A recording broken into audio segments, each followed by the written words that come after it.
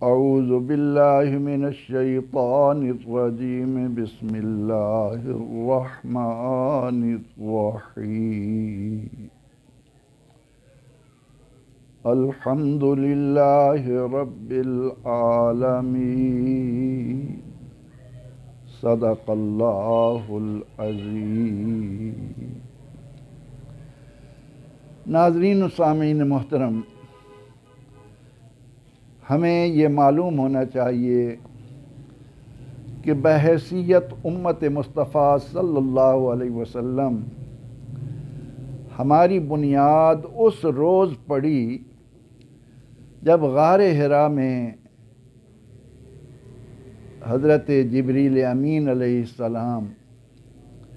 حضرت روح القدس اللہ کا پیغام لے کر آئے اور آپ صلی اللہ علیہ وسلم سے یہ عرض کی کہ اقرأ پڑھیے۔ اس سے پہلے ہم ایک امت کی حیثیت سے وجود میں نہیں آئے تھے۔ اب سوچنے کی بات یہ ہے کہ جو کتاب مبین ہماری بنیاد ہو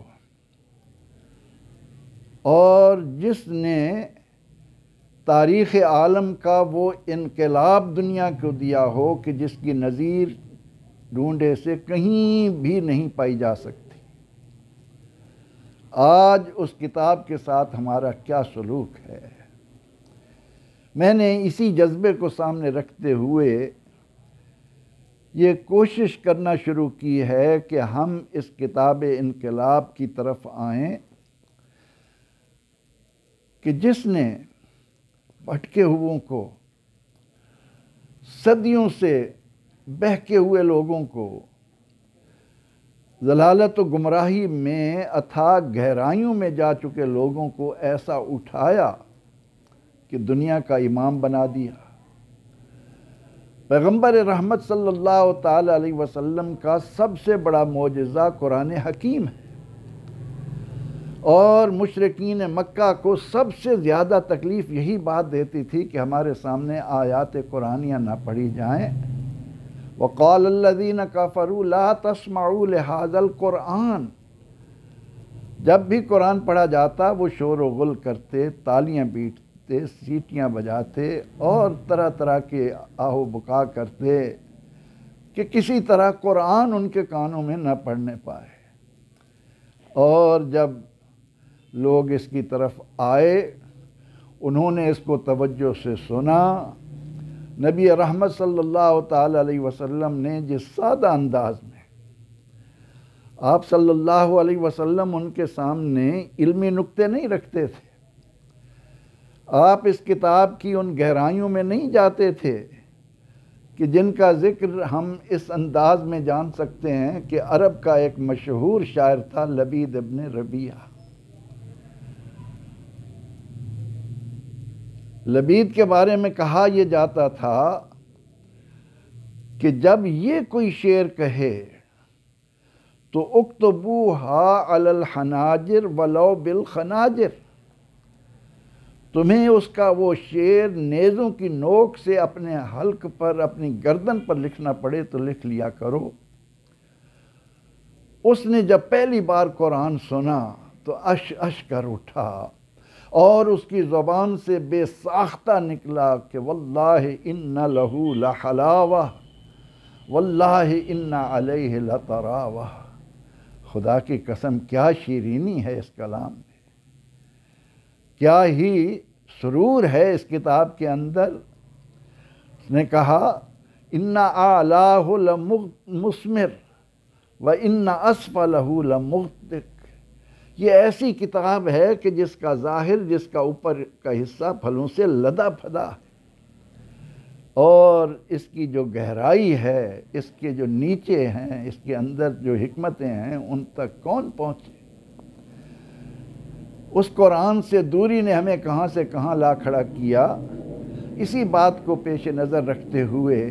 میں یہ سلسلہ شروع کر رہا ہوں تاکہ میرے مسلمان بھائی آسانی سے اس کتاب کو سمجھنے کی طرف آئیں، اس کتاب کو اپنے لیے بوجھ نہ سمجھیں چونکہ یہ کتاب انقلاب ہے، اس لیے اسی عنوان کے تحت میں اس کتاب کی باتیں آپ کے سامنے رکھ رہا ہوں، اور میری کوشش ہے کہ الحمد سے لے کر جہاں تک زندگی نے ساتھ دیا اس کو مسلسل تھوڑا تھوڑا کر کے، جو آپ کی طبیعت پر بوجھ بھی نہ ڈالے اور آپ اس کو سن کر مسرور بھی ہوں، تو آج میں صرف اسی بات پر اکتفا کرتا ہوں اس کتاب انقلاب میں سے کہ سورہ فاتحہ جو اس کی پہلی سورت ہے ترتیب توقیفی کے اعتبار سے، اسے سبع مثانی کہتے ہیں کہ یہ سورہ مبارکہ اللہ نے اپنے محبوب علیہ السلام کو 2 بار دی، مکہ مکرمہ میں بھی، مدینہ منورہ میں بھی۔ فاتحہ کہا کہ یہ کھولنے والی ہے، ابتدا اسی سے ہو رہی ہے۔ سورہ شفا، سورہ شافیہ اور بے شمار نام اس سورہ مبارکہ کو دیے گئے، تو اس کی پہلی آیہ کریمہ آج میں نے آپ کے سامنے تلاوت کی، الحمد۔ حمد کہتے ہیں تعریف کو، اس پر جو الف لام ہے اس کی علماء نحو نے اس میں غور و فکر کر کے ہمیں یہ ترکیب بتائی کہ اس کے معنی ہیں سارے کی ساری۔ تو الحمد کے معنی ہوا تمام تعریفیں، للہ لام کے معنی لیے، اور اللہ اللہ کے لیے۔ کون اللہ؟ رب العالمین، جو تمام جہانوں کا پالنے والا ہے۔ تو آج ہم اسی پر اکتفا کریں گے، الحمدللہ رب العالمین، تمام تعریفوں کا حقدار صرف اور صرف وہ اللہ ہے جو تمام جہانوں کو روزی دے رہا ہے، ان کی پرورش کر رہا ہے۔